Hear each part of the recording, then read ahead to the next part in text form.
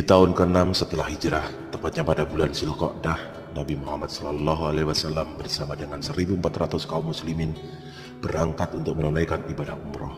Selain karena ingin melaksanakan umroh, kebanyakan dari kaum muslimin juga merasa rindu akan kampung halaman yang telah lama ditinggalkan. Dalam perjalanan tersebut, Nabi Muhammad SAW membawa serta istrinya, Ummahatul Mukminin Ummu Salamah. Saat tiba di Dhul Hulaifah, sebuah tempat di dekat kota Mekah, rombongan Nabi Muhammad SAW kemudian bersiap untuk berikhram dan memberi tanda pada hewan-hewan yang akan mereka sembelih nantinya.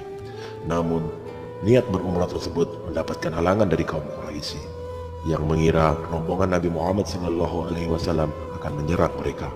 Mereka baru bersiap-siap untuk menghadapi serangan kaum muslimin. Setelah mengetahui maksud kaum muslimin yang sebenarnya dan melakukan negosiasi antara utusan kaum Quraisy dengan Nabi Muhammad SAW, maka terjadilah sebuah kesepakatan. Kesepakatan tersebut dikenal dengan nama Perjanjian Hudaybiyah. Isi perjanjian itu adalah pihak Mekah dan Madinah mengadakan gencatan senjata selama 10 tahun. Kemudian, kaum muslimin harus menunda umroh yang akan mereka laksanakan.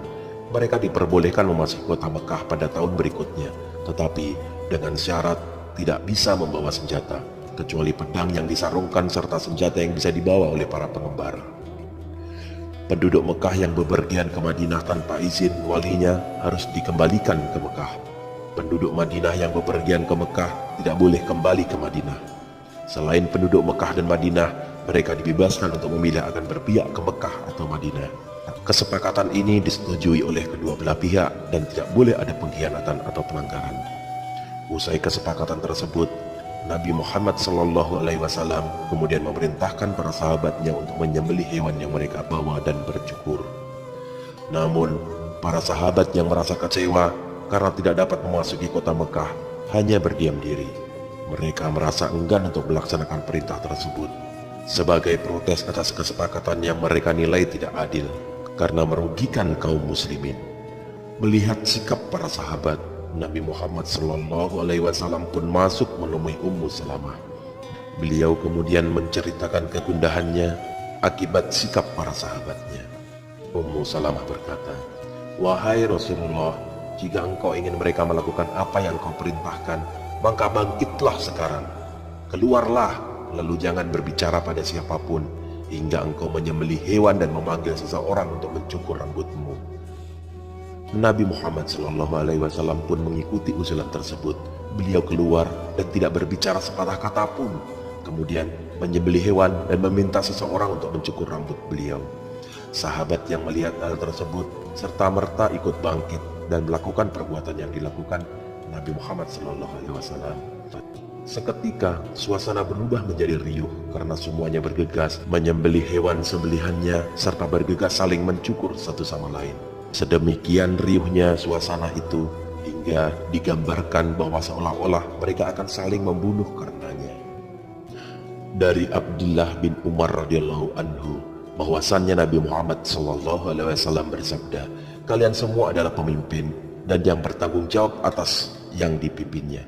Maka seorang pemimpin besar yang memelihara manusia bertanggung jawab atas mereka. Seorang laki-laki adalah pemimpin untuk keluarganya dan ia bertanggung jawab atas mereka. Adapun wanita bertanggung jawab memelihara anggota keluarga suaminya dan ia akan dimintai pertanggungjawabannya atas mereka. Hamba sahaya memiliki tanggung jawab untuk memelihara kekayaan tuannya dan bertanggung jawab atas hal itu. Ketahuilah bahwa setiap orang di antara kalian adalah pemimpin dan setiap orang di antara kalian akan dimintai pertanggungjawabannya atas apa yang dipimpinnya. Ketahuilah seorang pemimpin akan ditanyai tentang apa yang menjadi tanggung jawabnya dan apa yang dipimpinnya. Sesungguhnya tidaklah Allah Subhanahu wa Ta'ala menciptakan segala sesuatu dengan sia-sia, termasuk penciptaan manusia. Allah Subhanahu wa Ta'ala menciptakan manusia untuk beribadah dan menauhidkan Allah Subhanahu wa Ta'ala. Dengan menjalankan tugas sebagai pemimpin yang baik, jalan menuju jannahnya akan terbentang luas. Demikian pula bila mengkhianati tanggung jawab yang ada, jalan menuju neraka juga terbentang luas.